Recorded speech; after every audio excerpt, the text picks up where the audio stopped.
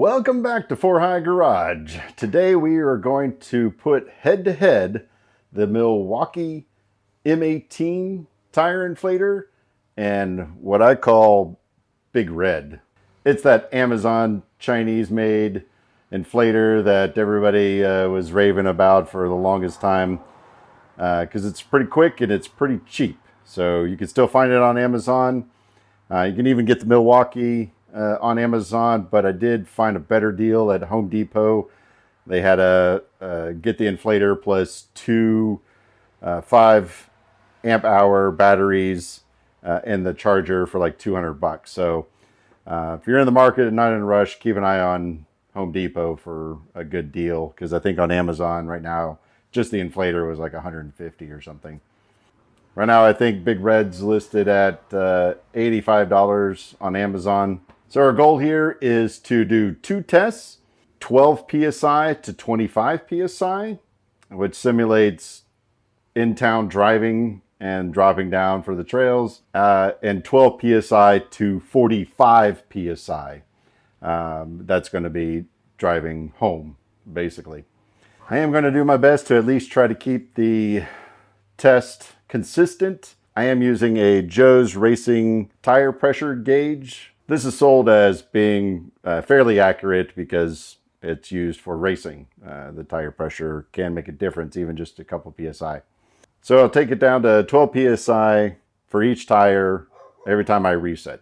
Big Red has an old school gauge that's hard to read.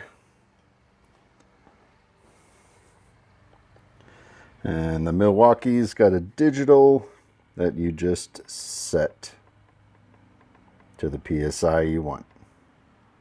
The test subject is going to be in my 1998 Jeep Cherokee with BFG KO2s that are 285/70/17s. That is also an E-rated tire. So that's part of the reason I go up to 45 PSI, because it can go well beyond that, actually. All right, first up, the Milwaukee from 12 PSI to 25 PSI, all 4 tires.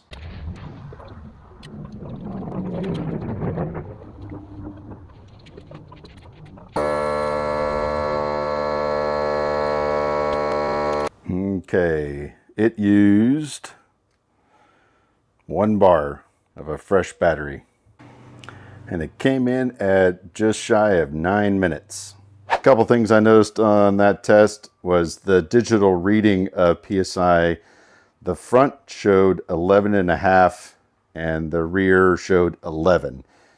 My gauge, the hand gauge, showed 12, and so for the next test I'll make sure to verify with this device that the front shows 11, and I'm sorry, the front shows 11.5 and the rear show 11, so that the tests are comparable even within a half a PSI. Not that that's a huge deal, but the other thing I noticed, which may be a setting or in the instructions, which I did not read, of course, is that when you set the PSI that you want, it actually, I set it to 25, it actually ran up to 27 before cutting off. So that's just something to keep in mind. Okay, next up here is Big Red from 12 PSI to 25 PSI. The only difference here, in the spirit of trying to be competitive, is that this one I'm going to try to get it to 25 PSI as close as I can, because in reality we just want to get within a couple of PSI of our target, and this one has an okay gauge if you own one of these. It's not super accurate. You kind of get used to where it's off, but the Milwaukee one, you just set it to the PSI and it turns off when it reaches that. So let's get at it and see how it does.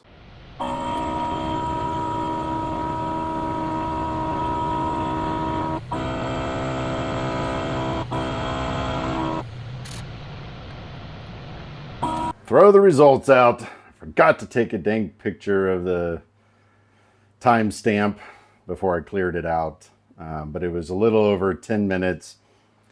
And then I checked the tires, and all the tires actually came back at 26 psi. And because the Milwaukee actually ran it up to 27 psi, I'm going to call it a win for the Milwaukee. All right, next up, the 12 to 45 psi test. I've gone to lunch, given these two a full hour to cool down, because that could be a factor. Got it a fresh battery. Milwaukee, you're up first.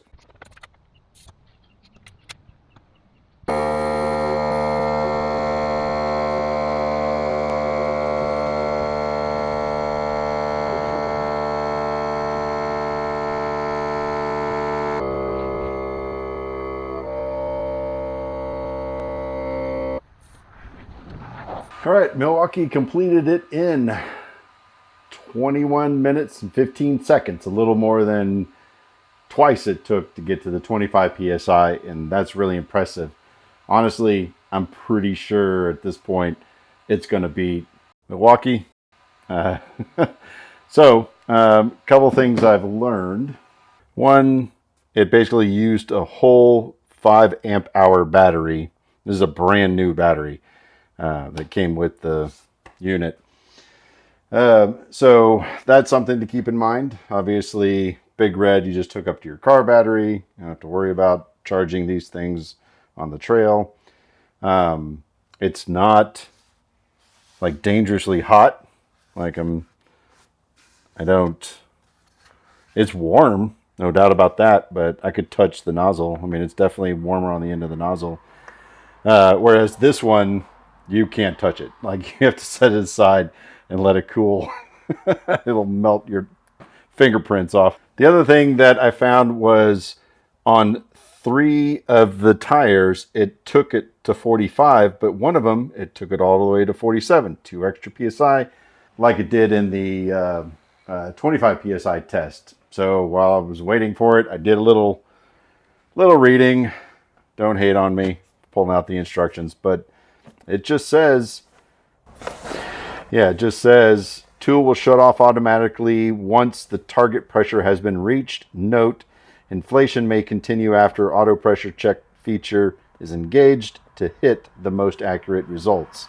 I went around with my handheld tire pressure gauge, that racing gauge, and it was 45, 45, 45, 47. So it was pretty accurate. Inflator. I don't know why it chooses to add a couple of psi, but it's just something to keep in mind as you go. I don't know how accurate you need it to be. But on that note, let's hook up Big Red. All right, now for endurance test number 2. Big Red from 12 psi to 45 psi. Let's see how long it takes.